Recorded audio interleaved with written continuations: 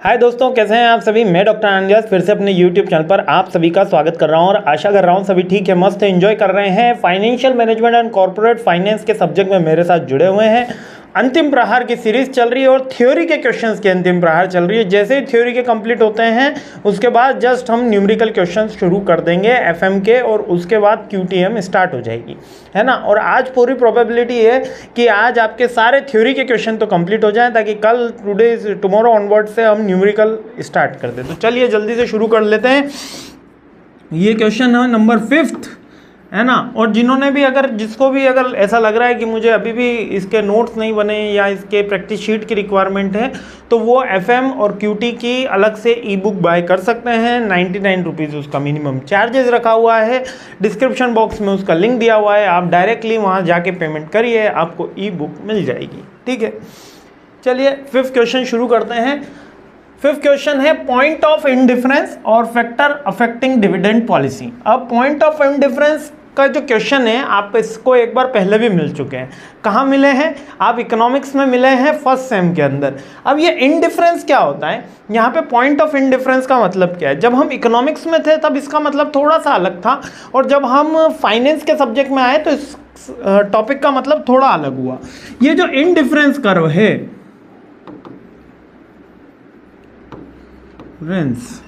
ठीक है, यहाँ पर कर्व ना बोल के बोला क्या गया है? पॉइंट।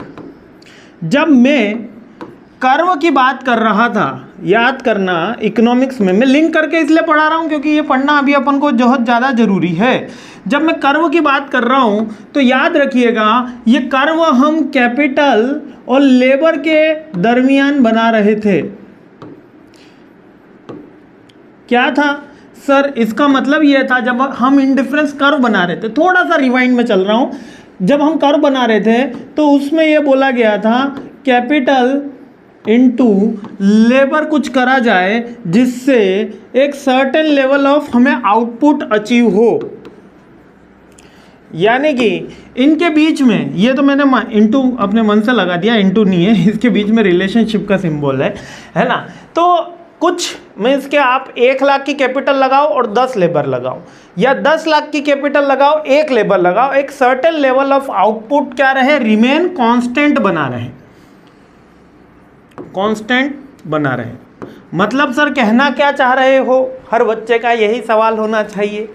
कहना ये चाह रहा हूं कि एक ऐसा कॉम्बिनेशन बनाया जाए जिससे कैपिटल और लेबर में कुछ भी अगर चेंजेस करा जाए, इसके प्रोपोर्शन में ये चेंजेस करा जाए तो आउटपुट सेम आएगा। जैसे मान लेते हैं आउटपुट है हमारा 100 यूनिट का, आउटपुट है हमारा 100 यूनिट का, ठीक है। इधर कैपिटल लिख देता हूँ, इधर लेबर लिख देता हूँ, ठीक है। तो 20 इंटू 5 100 अचीव हो रहा है, 5 इंटू 20 100 अचीव हो रहा है, 25 इंटू 4 100 अचीव हो रहा है। तो ये इंडिफरेंस कर्व में अपन इसकी प्लॉटिंग करते थे। इसका मतलब ये होता था उस समय इकोनॉमिक्स में कि हम कैपिटल और लेबर के बीच में इस तरीके का कॉम्बिनेशन बनाएं जिससे एक certain level of output achieve किया जा सके। बात समझ में आई? अब आ जाते हैं अपने इस क्वेश्चन के ऊपर। यहाँ तक तो इकोनॉमिक्स का जानना इसलिए ज़रूरी था क्योंकि यहाँ पर आउटपुट क्या मान रहे थे? कांस्टेंट मान रहे थे, ठीक है, यानी कि स्थायी। अब इस क्वेश्चन में इंडिफरेंस पॉइंट पूछा गया है। इंडिफरेंस पॉइंट का मतलब एफएम में इस तरीके से लिखा हुआ है कि सर्टेन लेवल ऑफ सेटिस्फेक्शन है, सर्टेन लेवल ऑफ सेटिस्फेक्शन है। मान लेते हैं मिस्टर पिंटू हैं, इनके पास कुछ अमाउंट है, अभी इसमें अमाउंट क्लियर नहीं है, इसके पास कुछ अमाउंट है। इनके पास 2 ऑप्शन है, या तो ये मूवी देखते हैं या ये बाहर आउटिंग पे जाते हैं। इसमें जो लेवल ऑफ सेटिस्फेक्शन हो रहा है, वो इक्वल है।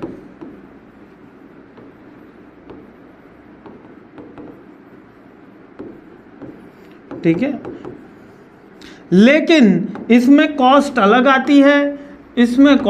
आती है, आउटिंग में गए तो इनकी कॉस्ट आई मान लेते हैं 200 रुपीज़, और मूवी देखने गए तो इनकी कॉस्ट आई 300 रुपीज़। भैया 150 का टिकट 150 का पॉपकॉर्न, है ना। पॉपकॉर्न आजकल मूवी टिकट से ज़्यादा महंगा मिलता है। सही बात है कि नहीं सही बात है। तो इनडिफरेंस पॉइंट का मतलब यह है कि दो डिफरेंट ऑप्शंस पे जब मुझे सेम लेवल का सेटिस्फेक्शन मिलता है तो वो मेरा इनडिफरेंस पॉइंट हो जाता है।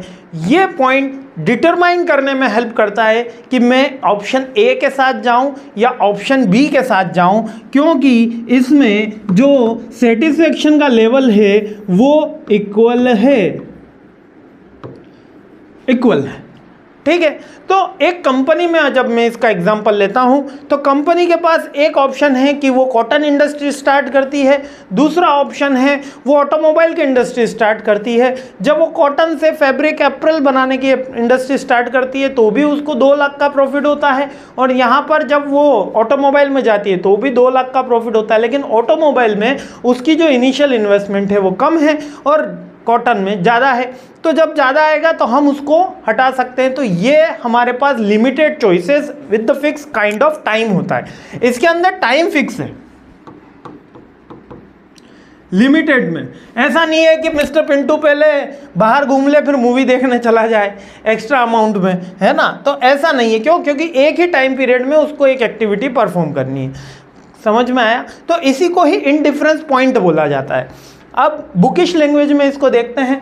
बुक क्या कह रही है? The point of indifference is the concept used in the economics in decision making describe a situation where an individual or firm indifference between 2 or more option. Indifference कर रहे हैं दो से ज्यादा ऑप्शन पे, मूवी और उसका था, because the yield of the same level of satisfaction. उनका सेटिस्फेक्शन लेवल कितना है? सेम है, but utility benefit, in other words the point of indifference, the decision maker equally satisfied with the any of available choice is indifference about one to other choose।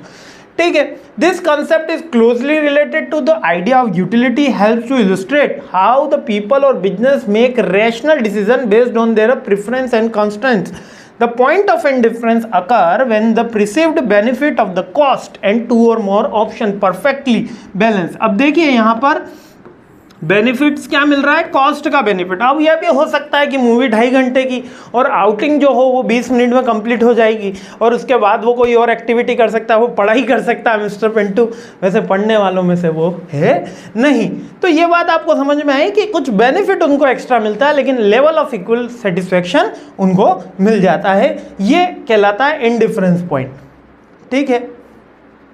Indifference curve भी बनता था economics में, लेकिन FM में इस तरीका का कोई कर्व है नहीं। कहाँ यूटिलिटी होगी इसकी? इन्वेस्टमेंट प्रोजेक्ट में, कि प्रोजेक्ट ए इन्वेस्ट करना है या प्रोजेक्ट में, म्यूचुअल फंड में पैसा लगाऊं कि शेयर मार्केट में लगाऊं। प्राइसिंग का मेरे को डिसीजन लेना होता है कि कौन सी मैं प्राइसिंग करूं। When determine the price of the product, अगर मेरे को डिसाइड करनी है तो मैं इस मेथड का यूज करता हूं। रिसोर्स अलोकेशन करने में यूज करता हूं, लोकेशन डिसीजन लेने में यूज करता हूं, प्रोडक्शन की टेक्निक यूज करने। मींस इनडिफरेंस पॉइंट हर बिजनेस एक्टिविटी में यूजुअली यूज होगा जहां पे अपन को कोई डिसीजन लेना होगा, है ना। जैसे कि आपकी लाइफ में भी आपको कोई डिसीजन लेना होता है। एमबीए के बाद में अभी आपका कौन सी स्ट्रीम आपको चूज करनी है, एचआर करनी है कि मार्केटिंग करनी है कि फाइनेंस करनी है। 2 मेजर हो गए अब तो। अब दोनों मेजर में कौन सा मेजर किस कॉम्बिनेशन के साथ बढ़िया रहेगा, इसके लिए एक मैं तो खुद 1-to-1 सेशन देता ही हूँ। ऑलरेडी कुछ वीडियो मैंने इसके ऊपर बना भी रखे हैं, है ना। तो वो 1-to-1 सेशन की लाइंस भी बहुत जल्दी शुरू होने वाली है, तो आप चाहे तो उसमें बुकिंग करा सकते हैं। तो वही डिसीजन आपका इंडिफरेंस पॉइंट दे रहा होता है, क्योंकि इक्वल लेवल ऑफ सेटिस्फेक्शन का मतलब क्या है? Equal level of degree. अब एमबीए करने के बाद इक्वल डिग्री तो मिल रही है, एचआर की भी डिग्री है सेम, फाइनेंस की भी डिग्री है, एक ही यूनिवर्सिटी की या आप यूजीसी रिकॉग्नाइज आपको डिग्री मिल रही है, लेकिन सबके डिफरेंट एस्पेक्ट्स अलग अलग हैं, सबके डिफरेंट बेनिफिट्स और लिमिटेशंस अलग अलग हैं। तो वही चेक करने के लिए अपन इंडिफरेंस पॉइंट का यूज़ करते हैं। प्रोडक्शन टेक्निक हो गया। अब अगले क्वेश्चन पर छलांग मारते हैं। यहाँ पे इंडिफरेंस पॉइंट के क्वेश्चन खत्म हो गए। इसकी बेसिकली पूछा जाएगा इसका मीनिंग और उसका यूजेस। आ जाता है आपकी डिविडेंड पॉलिसी। डिविडेंड पॉलिसी की डिविडेंड देना चाहिए कि नहीं देना चाहिए, और देना चाहिए तो कितना देना चाहिए, क्या प्रॉफिट। अच्छा, डिविडेंड क्या होता है? डिविडेंड एक प्रॉफिट में से जो हिस्सा, डिविडेंड प्रॉफिट में से, ये आपका पूरा 100% प्रॉफिट है, इसमें से कुछ हिस्सा आप जो शेयर होल्डर में डिस्ट्रीब्यूटेड कर देते हो उसी को ही डिविडेंड बोलते हैं। लाभांश हिंदी में बोला जाता है लाभांश, लाभों का अंश। अब ये 5% करना है, 10% करना है, 7% करना है, नहीं देना है, ये हमारी डिविडेंड पॉलिसी का हिस्सा होता है। अब कौन कौन से फैक्टर्स हैं जो डिविडेंड पॉलिसी को अफेक्ट करते हैं, ये भी एक थ्योरी का क्वेश्चन बनता है। देखिए कौन सा, पहले तो अर्निंग एंड प्रॉफिटेबिलिटी। अब हमारी अर्निंग कितनी है और प्रॉफिटेबिलिटी है कि नहीं है, ठीक है। अर्निंग और प्रॉफिटेबिलिटी का मतलब कि अगर प्रॉफिट होगा तो ही डिविडेंड दिया जाता है। लॉस मेकिंग कंपनी कभी भी डिविडेंड नहीं देती है। लॉस है तो लाभ होगा तो उसका अंश निकलेगा ना, हानि अंश नहीं है। तो dividend always come with the profit. Cash flow, cash flow में अगर आपको ज़्यादा रिक्वायरमेंट है, मीन्स के समझ लीजिए कि मेरे को पैसे की ज़्यादा रिक्वायरमेंट है, वर्किंग कैपिटल की ज़्यादा रिक्वायरमेंट है, तो डिविडेंड इशू नहीं करेंगे, फ्यूचर प्लान में लगाएंगे। अगर कम रिक्वायरमेंट है तो डिविडेंड इशू करेंगे। कैपिटल रिक्वायरमेंट, फ्यूचर के लिए अगर कैपिटल रिक्वायरमेंट होगी तो डिविडेंड कम इशू होगा, और नहीं होगी तो ज़्यादा रिक्वायरमेंट अपन ज़्यादा कर सकते हैं। डेप्ट का लेवल, डेप्ट लेवल मीन्स के जो कर्जा है अगर हमको उसको चुकाने के लिए इंटरेस्ट ज़्यादा पेमेंट करना है तो हम डिविडेंड नहीं इशू करेंगे। वैसे डिविडेंड एंड में बचा हुआ सारी चीज़ें होती है, लेकिन डिविडेंड किस लिए यूज़ किया जा सकता है, प्रेफरेंस शेयर डिबेंचर रिडीम करने के लिए यूज़ कर सकते हो आप इसको, फ्यूचर की अनसर्टेनिटी के लिए कोई प्रोविज़न बनाने के लिए यूज़ कर सकते हैं अपन इसको, और फ्यूचर प्रोजेक्ट में अगर कहीं पे इन्वेस्टमेंट करना है तो भी हम डिविडेंड का यूज़ कर सकते हैं। डेप्ट का लेवल हाई होगा तो डिविडेंड का लेवल लो होगा।